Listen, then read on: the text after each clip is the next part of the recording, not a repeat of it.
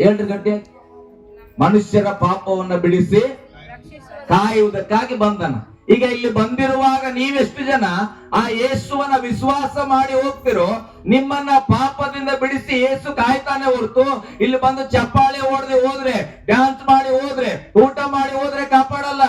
ಯಾವ ವ್ಯಕ್ತಿ ಆ ಬ್ಲಾಂಕೆಟ್ ಖರೀದಿ ಮಾಡಿದವನಿಗೆ ಚಳಿ ಹೋಗ್ತೋ ಹಾಗೆ ಯಾರು ಯೇಸುವನ್ನ ತನ್ನ ಹೃದಯದಲ್ಲಿ ತೆಗೆದುಕೊಂಡು, ಓ ಯೇಸು ನನ್ನ ಪಾಪಕ್ಕಾಗಿ ಬಂದವನು, ನನ್ನ ಪಾಪವನ್ನ ಕ್ಷಮಿಸ್ತಾನೆ, ನನಗೆ ವಿಶ್ವಾಸ ಉಂಟು ಅಂತ ಯೇಸುವನ್ನ ಯಾರು ಒದ್ದುಕೊಂಡು ಹೋಗ್ತಾರೋ ಅವರಿಗೆ ರಕ್ಷಣೆ ಉಂಟು ಪ್ರಿಯರೇ. ಹಲ್ಲೆಲೂಯಾ, ಗಟ್ಟಿಯಾಗಿ ಹಲ್ಲೆಲೂಯಾ.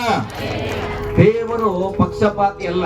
ಬ್ಲಾಂಕೆಟ್ ಮಾರವ ಯಾರಾದ್ರೂ ಹೋದ್ರೆ ನಿಮಗ್ ಕೊಡಲ್ಲ, ನೀವು ಬಡವ್ರು ಅಂತಾರ. ನೋಡ್ರಿ, ಒಬ್ಬ ಲೋಕದ ವ್ಯಾಪಾರಿ ಕೂಡ ಯಾರಾದ್ರೂ ಏನು ಅದಕ್ಕೆ ಬೆಲೆ ಕಟ್ಟೋರಿದ್ರೆ ಕೊಟ್ಬಿಡ್ತಾನ. ಆದ್ರೆ ಯೇಸು ಹೇಗೆ ಗೊತ್ತಾ? ನಮ್ಮೆಲ್ಲರ ಪಾಪಕ್ಕಾಗಿ ತಾನೇ ಬೆಲೆಯನ್ನ ತತ್ತು, ನಮ್ಮೆಲ್ಲರ ಪಾಪಕ್ಕಾಗಿ ತನ್ನ ರಕ್ತವನ್ನು ಸುರಿಸಿ ಉಚಿತವಾಗಿ ನಿನ್ನ ಮನೆಯ ಬಾಗಿಲ ಹೊರಗೆ ಬಂದು ಬಾಗಿಲು ತಡ್ತಾ ಇದೀನಿ, ಏನಮ್ಮ ನಿನ್ನ ಪಾಪವನ್ನ ಕ್ಷಮಿಸ್ಲಿಕ್ಕೆ ನಾನು ಬಂದಿದ್ದೇನೆ, ನಿನ್ನನ್ನ ಪಾಪದಿಂದ ಬಿಡಿಸ್ಲಿಕ್ಕೆ ನಾನು ಬಂದಿದ್ದೇನೆ, ನಿನ್ನನ್ನ ರಕ್ಷಣೆ ಮಾಡ್ಲಿಕ್ಕೆ ನಾನು ಬಂದಿದ್ದೇನೆ. ನೀನ್ ಏನ್ ಮಾಡ್ಬೇಕು? 1 ರೂಪಾಯಿ ಕೊಡಬೇಡ. ನಿನ್ನ ಹೃದಯದಲ್ಲಿ ಒಂದು ಸಣ್ಣ ವಿಶ್ವಾಸ, ಸಾಸಿವೆ ಕಾಳಷ್ಟು ವಿಶ್ವಾಸ ಮಾಡಿದ್ರೆ ನಿನ್ನ ಪಾಪಗಳು ಕ್ಷಮಿಸಲ್ಪಡ್ತದೆ. ಹಲ್ಲೆಲೂಯಾ, ಗಟ್ಟಿಯಾಗಿ ಹಲ್ಲೆಲೂಯಾ. ನಮ್ಗೆ ಹಿಂಗೆ ಈಜಿಯಾಗಿ ಸಿಗಂಗಿಲ್ಲ ಅಲ್ಲ, ಹಿಂಗೆ ಈಜಿಯಾಗಿ ಸಿಗಬಾರ್ದು. ನಮಗೆ ಒಂದು 5 ಲಕ್ಷ ಕೊಡಮ್ಮ ನಿನ್ನ ರಕ್ಷಿಸ್ತೇನೆ ಅಂದ್ರೆ ಏನ್ ಮಾಡ್ತೇವೆ? ಸಾಲ ಮಾಡಿ, ಸೋಲ ಮಾಡಿ, ಬಂಗಾರ ಮಾರಿ, ಕಿಡ್ನಿ ಅಡ ಇಟ್ಟು ಕೊಡ್ತೇವೆ. ಹಲ್ಲೆಲೂಯಾ, ಗಟ್ಟಿಯಾಗಿ ಹಲ್ಲೆಲೂಯಾ. ಆದ್ರೆ ಯೇಸು ತನ್ನನ್ನ ಸರ್ವಸ್ವವನ್ನ ನಮಗಾಗಿ ಸಿಲುಬೆ ಮೇಲೆ ಅಡ ಇಟ್ಟಂತೆ. ಹಲ್ಲೆಲೂಯಾ. ಯಾರಿಗಾಗಿ? ನನಗಾಗಿ, ನಿನಗಾಗಿ. ನಾನೇನೋ ಕ್ರೈಸ್ತ ಅಲ್ಲ,